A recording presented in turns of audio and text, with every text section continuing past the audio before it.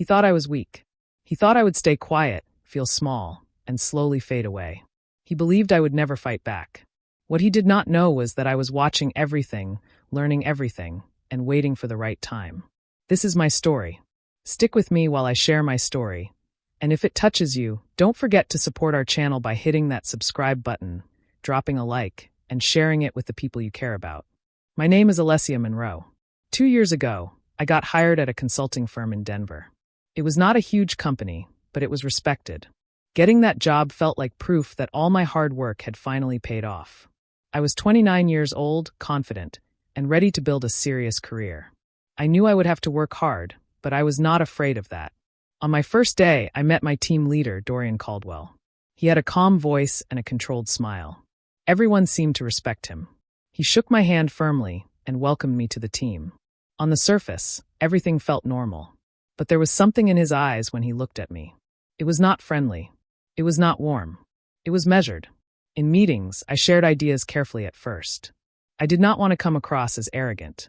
But whenever I spoke, Dorian would look at me in a way that made me second-guess myself. Sometimes he would nod slowly and then repeat my idea in slightly different words, as if polishing it. People would then respond to him, not me. I told myself it was just part of being new. Still, I could feel it.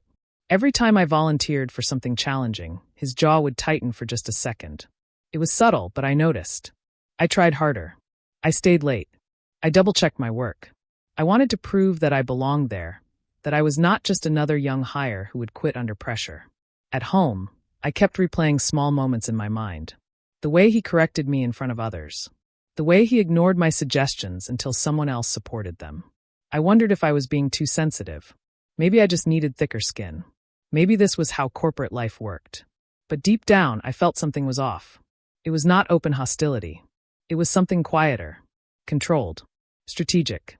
I had no idea then that those small signs were the beginning of something much bigger.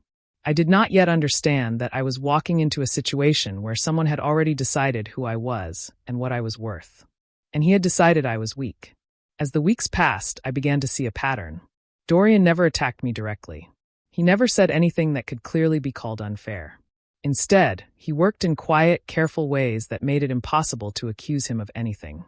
Whenever I completed a report, he would review it before it went to the client. That was normal. What wasn't normal was how he handled it. In meetings, he would say, "The team refined this strategy," and then explain the key points, the same key points I had written. He rarely mentioned my name. If someone asked who developed the financial model, he would say, "We collaborated on it." But we hadn't. The first time it happened, I told myself I was overthinking it. The second time, I felt uncomfortable. By the fifth time, I knew it was intentional. There was one meeting I remember clearly. I had spent 3 nights building a detailed market expansion analysis for a client in Texas. I was proud of it. When Dorian presented it to the group, he changed a few words but kept the entire structure. As he spoke, people nodded and praised his clear thinking. I sat there quietly, waiting for him to acknowledge my work. He didn't. After the meeting, one of my co-workers, Blaine Mercer, patted Dorian on the back and said, "That was sharp." Dorian smiled modestly. I stood a few feet away, holding my notebook, feeling invisible. I started noticing other small things. Important emails would somehow skip my inbox. I would find out about client calls after they had already happened. When I asked about it, Dorian would say, "Oh, I assumed you were busy with other priorities." But I wasn't. During my first performance check-in, he said, "You're intelligent, Alessia. Very promising. But sometimes you come across as intense. Clients value calm energy." His tone was soft, almost kind. But the message was clear. I needed to tone myself down. I walked out of that meeting confused. I had never been called difficult before. In school and previous jobs, I was known for being focused and prepared. Now, suddenly, I was intense. Slowly, the team dynamic began to shift. When I spoke, people looked at Dorian first, as if waiting for his approval. If he agreed with me, they agreed. If he stayed silent, they stayed silent. I worked harder than ever. I thought if my results were strong enough, no one could ignore them. I stayed late almost every night. I triple-checked data. I volunteered for projects others avoided. But no matter how much effort I put in, the recognition never followed. Instead, Dorian's reputation inside the company kept growing. He was seen as steady, strategic, dependable. And I was about 6 months into the job. I was assigned to help on a major account. The client was struggling with rising operational costs, and the company needed a solution fast. Dorian told me to focus on research and supporting analysis. He made it clear that he would handle the high-level strategy. I spent weeks studying the client's financial reports, supplier contracts, and workflow systems. I noticed patterns others had missed. There were inefficiencies in procurement and unnecessary vendor overlaps that were costing them millions each year. Slowly, I built a detailed cost reduction framework. It wasn't just numbers. It was a step-by-step plan that could realistically save them close to $2 million annually. When I showed the draft to Dorian, he looked surprised. For a moment, I thought he was impressed. He read through it quietly, nodding. Then he said, "This is solid. I'll refine it before presenting." I assumed that meant we would present it together. The following week, there was a board presentation with senior leadership and the client's executive team. I wasn't invited. Dorian told me. It was my framework. My charts. My wording, slightly adjusted but clearly mine. As he spoke confidently about his strategic model, I felt my chest tighten. He never mentioned my name. The room applauded at the end. The client representatives looked relieved and impressed. The company's CEO personally thanked Dorian for his vision. I sat there staring at the screen, unable to move. After the meeting, I walked into his office and closed the door. My hands were shaking, but I kept my voice steady. I said, "That framework was my work. Why wasn't I included?" He leaned back in his chair, calm and composed. "Alessia," he said, "you're still building your reputation here. Sometimes leadership requires a certain presence. It's not about credit. It's about outcome." I told him I deserved acknowledgement. He sighed slightly and said, "You're talented, but you have to understand how this works. Trust me." Trust him. That word echoed in my head long after I left his office. It wasn't mentorship. It wasn't collaboration. It was theft dressed up as guidance. That day changed something in me. I realized I was not dealing with someone who underestimated me by accident. He was making a choice. He was taking what I built and placing his name on it because he believed he could, and because he believed I would accept it, becoming the quiet shadow behind his success. After that presentation, something shifted in the office. It was subtle at first, but I felt it. The atmosphere around me changed. Conversations would stop when I walked into the room. Meetings were scheduled without my knowledge, even when they involved projects I was leading from behind the scenes. I started hearing small comments from coworkers. "Dorian mentioned you can be a bit hard to work with." Or, "He said you prefer working alone." None of it sounded aggressive. It sounded concerned, as if they were trying to understand me. That's when I realized he wasn't just taking credit for my work. He was shaping how people saw me. During my next performance review, Dorian brought up feedback from the team. He said I sometimes came across as defensive, that I needed to improve my collaborative energy. I was stunned. I had never raised my voice at work. I always stayed professional. When I asked for specific examples, he gave vague answers. "It's more about perception," he said. Perception. I left that meeting feeling confused and frustrated. I began replaying every interaction in my mind. Was I too direct? Too focused? Was I making mistakes without realizing it? The doubt started creeping in. And that was exactly what he wanted. Soon, I noticed important details slipping through my hands. Emails about key decisions were sent late or not at all. I would hear about changes to projects after they were already finalized. When I asked Dorian why I wasn't included, he would say, "Oh, I assumed you were overloaded," or "It was a quick update, nothing major." But it was always major. I began to feel isolated. Blaine, who once asked for my help constantly, started avoiding direct collaboration. When I approached him about data he needed for a presentation, he said Dorian had already reviewed it. I hadn't even seen the final version. It was like watching my own career slowly move without me. The worst part was how carefully it was done. There was no clear evidence. No direct attack. Just small, repeated actions that built a quiet narrative. Alessia is talented but difficult. Smart but intense. Capable but not leadership material.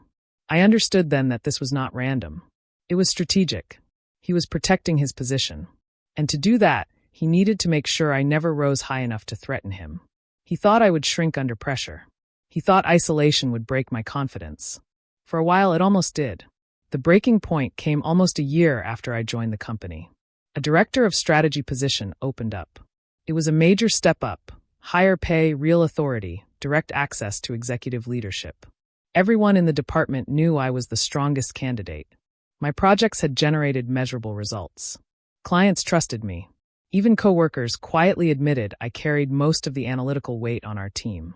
For the first time in months, I felt hopeful. I prepared carefully. I gathered performance data, client testimonials, and documented outcomes from every major project I had worked on. I walked into the internal interview confident, calm, and fully ready. The panel asked strong questions, and I answered every one with clarity. When it ended, I truly believed I had earned it. A week later, Dorian called me into his office. He didn't look uncomfortable. He didn't look apologetic. He said, "The leadership team has decided to move forward with Blaine Mercer for the director role." For a second, I thought I had misheard him. Blaine had less experience. I had built most of the frameworks he used in his presentations. I asked why. Dorian folded his hands on the desk. "You're extremely capable, Alessia. But leadership isn't just about results. It's about composure and emotional steadiness. Sometimes your intensity can create tension." There it was again. Intensity. Emotion. Perception. He continued, "Blaine has a calming presence. It's what the board feels is needed right now."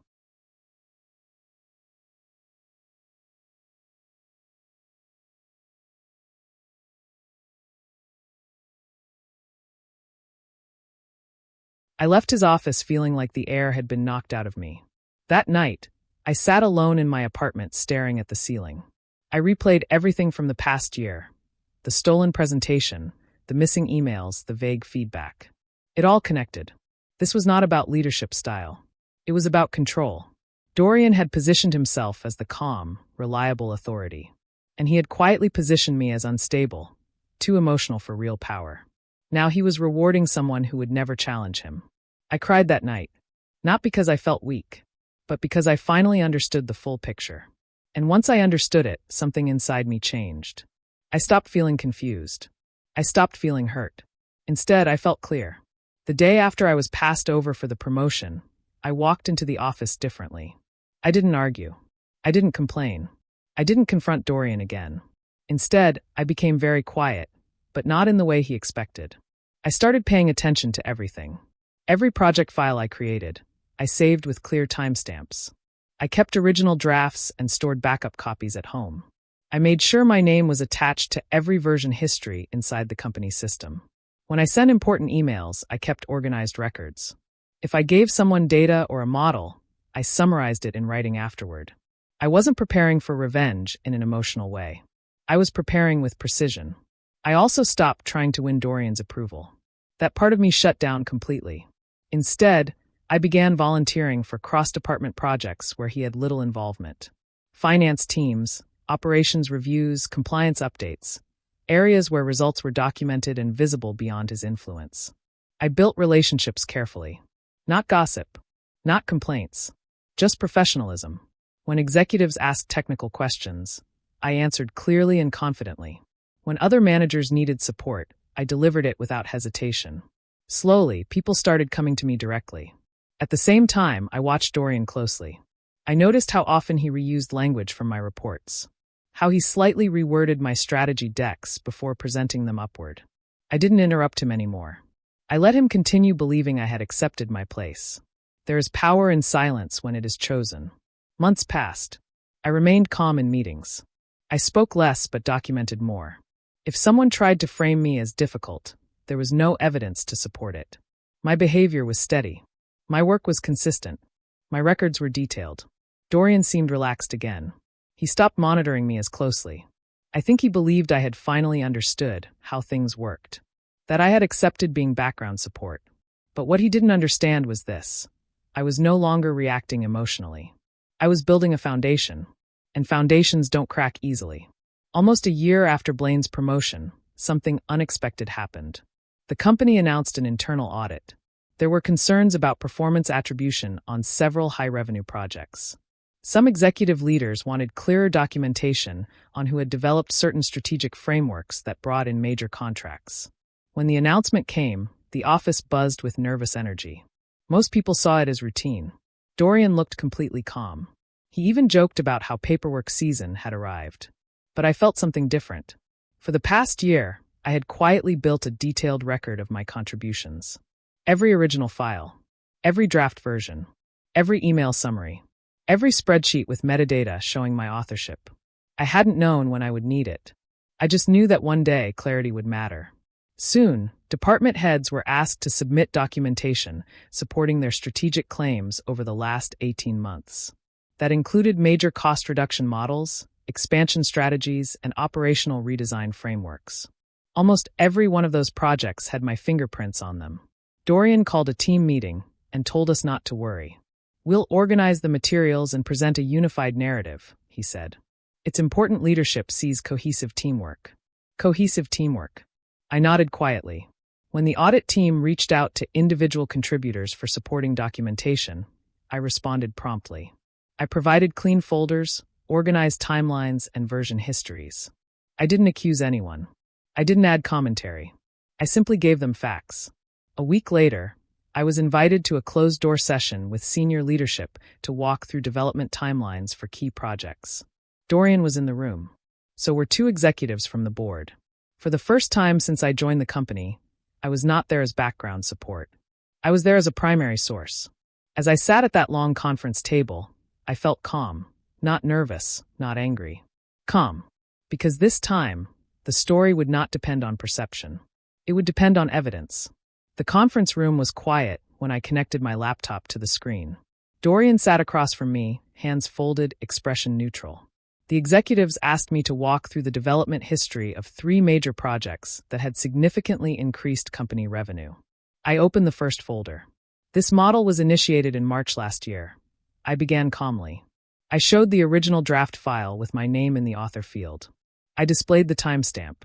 Then I pulled up the second version, showing tracked revisions. Each step clearly documented the progression from raw analysis to final strategy. No emotion, just facts. One of the executives leaned forward.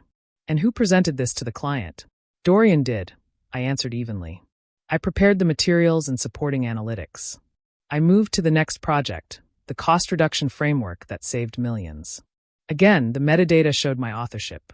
Email threads confirmed I had built the financial models from scratch. I highlighted internal messages where I had summarized key findings days before they were presented upward. The room grew quieter. No one interrupted me. When it was Dorian's turn to explain, he cleared his throat and said, "We work collaboratively. Alessia contributed, certainly, but leadership requires integration of team efforts." One of the executives asked him directly, "Why do these files show minimal modification from her original drafts?" Dorian hesitated for the first time. "Well, strong teams refine each other's ideas," he said, but his voice lacked the confidence it once had. I didn't argue. I didn't challenge him. I simply opened another file. And another. Each one showing the same pattern. It wasn't dramatic. There was no shouting. No confrontation. Just a steady dismantling of a narrative that had been carefully constructed over 2 years. By the end of the meeting, the executives thanked both of us and said they would review everything further. As I closed my laptop, I caught Dorian looking at me differently. Not dismissively, not confidently, but cautiously. For the first time, he understood that I had more than emotion. I had proof. The weeks after that meeting felt strangely quiet. No one said anything directly to me, but I could sense the shift. Senior leadership requested additional documentation from multiple departments. The audit team interviewed several employees privately. Blaine was called in. So were other analysts who had worked on past projects. I continued doing my job as usual. I arrived on time. I completed assignments. I stayed professional. I didn't gossip. I didn't hint at what was happening behind closed doors. Then one Monday morning, an internal announcement was sent out. Dorian Caldwell would be stepping down from his leadership role effective immediately. He would be reassigned to a non-managerial position pending further review of internal reporting practices. The message was brief, neutral, corporate, but everyone understood what it meant. Later that day, I was called into a meeting with 2 executives and an HR representative. They thanked me for my cooperation during the audit. One of them said, "Your documentation clarified a number of inconsistencies." Inconsistencies. That word carried weight. They didn't need to say more. The investigation had confirmed what I had quietly endured for years: misattributed contributions, manipulated performance feedback, and systematic exclusion from recognition processes. Dorian was not publicly humiliated. There was no dramatic exit. But his authority was gone. His influence dissolved almost overnight. Colleagues who once avoided eye contact with me suddenly approached me with respect. Some apologized indirectly. Others admitted they hadn't realized the full picture. I didn't celebrate. I didn't smile. I simply felt steady. For 2 years, I had been framed as emotional and difficult. Now the evidence had spoken for itself. The narrative had reversed without me ever raising my voice. Dorian kept his head down. He no longer led meetings. He no longer rephrased my ideas as his own. His confidence had cracked, not because I attacked him, but because truth had surfaced. Reputation isn't destroyed by shouting. It's destroyed when facts replace illusion. 6 months after Dorian stepped down, the director of strategy position opened again. This time, there was no quiet doubt around my name. No whispers about my intensity. No vague comments about perception. My performance metrics were clear. My documented contributions were undeniable. And leadership had already seen firsthand who had truly built the company's most successful strategies. When I was called into the executive office, I felt calm. Not anxious. Not desperate. Calm. They offered me the position. There was no dramatic speech. Just simple recognition. "Your work speaks for itself," one executive said. "We need leadership grounded in accountability and precision." I accepted. The first time I walked into my new office, I paused for a moment. 2 years earlier, I had entered the company full of ambition, but unsure of the hidden dynamics around me. I had questioned myself. I had doubted my instincts. I had almost believed the story someone else was writing about me. Now, I understood something clearly. Strength is not loud. It doesn't need to interrupt or accuse. It doesn't need to seek validation through confrontation. Real strength is steady. It gathers evidence. It stays patient. It waits for the right moment. Dorian still worked at the company, but in a limited role. We crossed paths occasionally in hallways. Our interactions were brief and professional. There was no anger left in me. No need for revenge anymore. The damage to his reputation had not come from rumors or retaliation. It came from truth. What hurt him most was not exposure. It was contrast. When leadership compared documentation side by side, they saw who had consistently produced results and who had claimed them. I didn't destroy him with emotion. I dismantled the illusion he built. Looking back, I realized something important. He thought I was weak because I did not argue loudly. He mistook patience for fear. He assumed silence meant surrender. But silence can be strategic, and patience can be power. He believed I would fade into the background. Instead, I built a record so solid that when the time came, I didn't need to defend myself. The facts defended me. He thought I was weak. He was wrong.